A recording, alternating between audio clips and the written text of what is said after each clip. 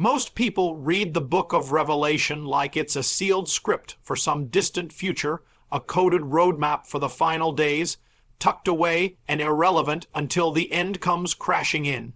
But Revelation is not just a prediction, it is a asterisk pattern asterisk, a divine template that echoes throughout history. God speaks in patterns. He reveals through cycles. What he did once, he often does again, each time on a greater scale. And the moment you begin to recognize the prophetic patterns, the veil lifts. You no longer see the world as random. You begin to see it as revelation. Consider Egypt, Babylon, Persia, Greece, and Rome. Empires rise in power, intoxicated with their own greatness, turning against God, persecuting the righteous, and collapsing under their own pride. These aren't just historical facts, they are prophetic templates. And when John received the revelation, he wasn't just given a vision of the future. He was shown the cosmic asterisk pattern asterisk that had unfolded since the beginning and would unfold again until the end. And here's where it gets personal. If prophecy is a pattern, then we're not just waiting for the last days. We're asterisk living within asterisk them. The signs aren't future events, they're asterisk active realities asterisk. The book of Revelation isn't only about tomorrow. It's about what is asterisk already at work asterisk in the spirit of this age. The dragon, the beast, the harlot, Babylon, they aren't just coming. They've always been coming. They rise in every generation in different forms through systems, ideologies, empires, movements. But only those with spiritual eyes can recognize them. That's why Revelation says, "Let him who has ears hear." It's not a casual suggestion, it's a prophetic challenge. Do you have the ears to hear? Do you see the pattern unfolding? Psychologically, humans crave linear thinking. We want beginnings and ends. But prophecy is layered. It speaks in spirals. It reveals truth across time. Philosophically, this breaks the illusion that we're simply progressing. Progress without God is not evolution. It's asterisk devolution asterisk. It brings us back not to Eden, but to Babylon. And that's exactly what we're seeing. So we must no longer read Revelation as passive observers. We must asterisk engage asterisk it. We must study the patterns, discern the signs, stand firm in the face of the cycle, because the one who understands the pattern is not surprised by the shaking, he is asterisk prepared asterisk for it. Asterisk asterisk because the future doesn't begin someday, it's already begun. And if prophecy is pattern, then your awareness is your armor. Asterisk asterisk in Revelation, John speaks of a beast rising from the sea, wielding great power, influencing nations, and controlling commerce. For centuries, people debated whether this figure was symbolic or literal. But what if it's both? What if the beast is not simply a person, but an asterisk system asterisk, a world order that merges power, politics, technology, and economics under one unified force? And what if that system is not something coming, but something already asterisk forming asterisk? Look around. We are witnessing the unprecedented convergence of global structures, government alliances, economic markets, digital surveillance, and artificial intelligence, all weaving together into a seamless web of control. That may sound like science fiction, but it's not. It's prophecy becoming reality. The tools are already in place for a world where buying and selling can be controlled, where speech is monitored, where thought itself is shaped by algorithm. Revelation doesn't just warn of a mark on the hand or forehead. It reveals a system that invades the asterisk mind asterisk and controls the asterisk actions asterisk. The scriptures say the beast will cause asterisk all asterisk, small and great, rich and poor, free and slave, to receive a mark. This is not simply about a physical symbol. It's about an asterisk universal influence asterisk, an external system that demands internal submission. And this is not just a warning to the world. It's a wake-up call to the church. Because while the systems rise, many believers are asleep, lulled by convenience. distracted by culture, blind to the prophetic moment. Psychologically, humanity is drawn to efficiency, ease, and connectivity. That's not evil in itself. But when ease becomes idolatry, and control is masked as progress, the human soul trades freedom for safety. That is the essence of the beast, not raw terror but subtle seduction. It offers peace while enslaving the spirit. And it does it without us noticing until it's too late. Philosophically, this is not just about the rise of technology or globalism. It's about the ancient war between the kingdoms of man and the kingdom of God. Babylon rises not because it's powerful, but because the people of God forget who they are. The more we conform, the more we empower what seeks to destroy us. So we must not merely observe this convergence. We must discern it. We must stand apart, even if it costs us comfort. Because once you recognize the system, you're no longer a slave to it. The beast does not fear the world. It fears the believer who sees clearly and refuses to bow. There's a line in Revelation that speaks of the nations being deceived, of the earth growing drunk on the wine of Babylon's immorality. That line isn't poetic, it's prophetic. What we're witnessing in the world today is not just a cultural shift. It's a spiritual seduction, a moral unraveling, and it's happening not by accident, but by design. This is the unfolding of prophecy right before our eyes. We are living in a time when truth is no longer objective, it's relative. Good is called evil, and evil is celebrated as liberation. We've moved from confusion to pride, from distortion to open defiance, but Revelation told us this would come. It spoke of a generation that would no longer tolerate sound doctrine, a world intoxicated by deception. And that's exactly what we're seeing now, not just sin, but celebrated sin, not just deception, but marketed deception. The world isn't merely turning away from God. It's raising its fist to heaven. The danger lies not just in the rebellion, but in the blindness. A spiritual delusion has settled over the nations. People are embracing ideas that directly oppose the image of God, yet doing so in the name of progress, inclusion, and even love. It's subtle, it's seductive, and it's exactly how the enemy works. He doesn't come with a pitchfork, he comes with a smile. With slogans, with convenience, with culture. Psychologically, this is powerful. The more a lie is repeated, the more comfortable it becomes. The more we see sin normalized, the more we lose the ability to feel its weight. And soon, the conscience is silenced, not by force, but by fatigue. That's how spiritual warfare is fought today, not with fire, but with slow erosion. Philosophically, what we're facing is not just a culture war. It's a cosmic war. Revelation doesn't describe a world that simply gets darker. It describes a world that becomes possessed by its own rebellion. Babylon is not just a place, it's a spirit, a mindset, a civilization that exalts man and erases God. And that's exactly the direction the world is heading.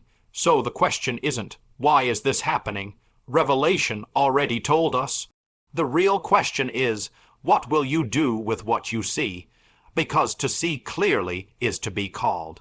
And to remain silent in an age of deception is to agree with the lie. The greatest danger in this hour is not the presence of darkness. It's the absence of discernment. There's a reason the book of Revelation doesn't unfold in Rome or Babylon or Athens, but centered its climax on Jerusalem, not New York, not Beijing, not even Vatican City, Jerusalem. Because from the very beginning of history, God placed his name there. And from the very beginning of prophecy, Israel was not just a nation. It was a signpost, a divine timepiece. The unfolding of Revelation is not detached from Israel. It is anchored in it. Think of it, no other nation in the history of the world ceased to exist, scattered to the ends of the earth, and then, after nearly 2,000 years, was reborn in a single day. But that's exactly what happened on May 14, 1948. The rebirth of Israel wasn't just a geopolitical anomaly. It was a fulfillment of prophecy.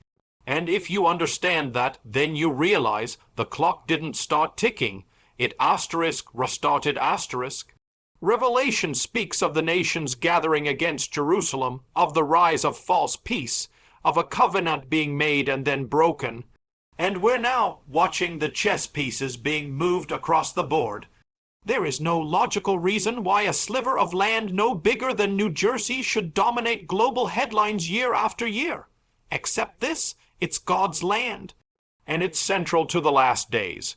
The conflict we're seeing over Jerusalem is not just political, it's spiritual. It's not about borders, it's about thrones. The enemy has always raged against what God has chosen. And what God chose from Abraham onward was the land and people of Israel, not as a replacement for the church, but as a fulfillment of covenant. And now that covenant is converging with the final chapters of the age. Psychologically, we are trained to filter news through logic. But prophecy doesn't follow headlines. It creates them.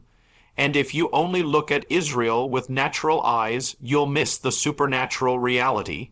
The restoration of the land, the regathering of the people, the increasing isolation from the nations, these are not accidents of history. They are echoes of Revelation, and they are unfolding in our generation.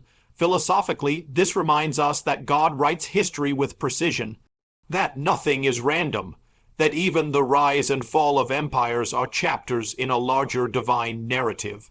And at the center of it all is a city on a hill, Jerusalem, the city of the great king. If you want to understand the times, watch Israel. Because when the fig tree blossoms, the season is near. In Revelation, there's a sobering reality that many overlook, the war against the saints.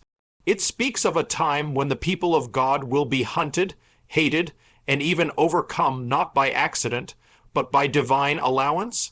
This isn't easy to digest, especially in a world where we've grown comfortable equating faith with favor and blessing with safety.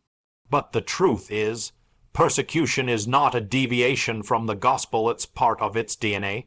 Look around. Across the globe, followers of Christ are being silenced, censored, imprisoned, and martyred. In the West, the weapons may not be bullets, they are algorithms, policies, platforms, and public scorn. But the spirit behind it is the same. Revelation speaks of a beast that wears out the saints, that makes war with them. That war is already underway, and many believers don't even realize they are on a battlefield. We live in a culture increasingly hostile to truth. Not neutral hostile. The more boldly you stand for righteousness, the more resistance you'll face. But that's exactly what Revelation told us to expect. The systems of the world, influenced by the spirit of Antichrist, will always seek to silence the voice of God's people. Not because they fear our power in the natural, but because they fear our authority in the spiritual. Psychologically, persecution reveals what's truly in us. It strips away comfort and exposes conviction. It separates those who use faith and those who live it. Many are willing to follow Jesus until it costs them something: reputation, opportunities, even relationships. But Revelation doesn't speak of comfortable Christians. It speaks of overcomers, those who held their ground even when the earth gave way beneath them. Philosophically, the persecution of believers is the ultimate indictment of a world at war with its creator. When truth is hated and lies are celebrated, when light is attacked and darkness exalted, that's not just decay. That's prophecy, and yet within that there is hope, because persecution doesn't stop the gospel, it multiplies it. The blood of the martyrs has always been the seed of revival, and in the pressure, the true church is refined, purified, awakened. We were never promised ease.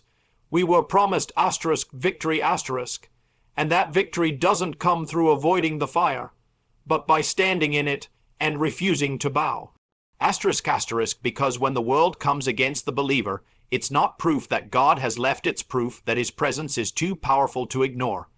Asterisk, asterisk, there's a powerful thread woven through the book of Revelation, one that too many overlook in the midst of beasts and judgments, seals and trumpets. And it's this, asterisk, God is not silent. Asterisk, even in the darkest chapters, he is speaking. He is calling not only to the lost, but to his people. Over and over, the Spirit says, he who has ears, let him hear. That's not just a poetic line. It's a divine summons. Because in a world overwhelmed with noise, distraction, and deception, asterisk, spiritual hearing, asterisk, becomes the most critical gift of all. Revelation is not written to entertain or frighten. It's written to asterisk, awaken, asterisk. And awakening is not about knowledge alone.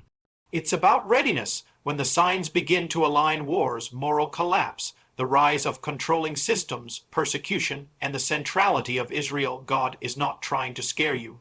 He's trying to asterisk, prepare asterisk you. He's not sounding the alarm to paralyze you, but to position you. Right now, many believers are spiritually asleep, numbed by comfort, distracted by culture, lulled by the rhythms of a world in rebellion. But God is calling his people to wake up. Not tomorrow, not next year, asterisk now. Asterisk, to shake off the fog. To recognize the time, because the shaking that has begun will only intensify, and those who are asleep in spirit will be the first to fall in fear. Psychologically, we tend to ignore what makes us uncomfortable. We numb ourselves with entertainment, information, even religious activity. But revelation cuts through all of it. It demands clarity. It demands response. It doesn't allow us to stay neutral. You either awaken or you're swept away. Philosophically, awakening means you begin to see through the veil. You stop asking, why is this happening? And start asking, what is God saying through this? You begin to live not just with faith, but with urgency. Not just with belief, but with boldness. Because once you realize you were born into a prophetic generation, you stop wasting your life on things that don't matter. This is the hour to return, to consecrate your life, to prepare your heart. The book of Revelation is unfolding not just around you, but within you. And what God wants is not panic, but purity, not fear, but faith, not escape, but endurance. Asterisk, asterisk, because when the world grows darker, heaven looks for those whose lamps are still burning. Be that light, be that voice, be awake. Asterisk, asterisk.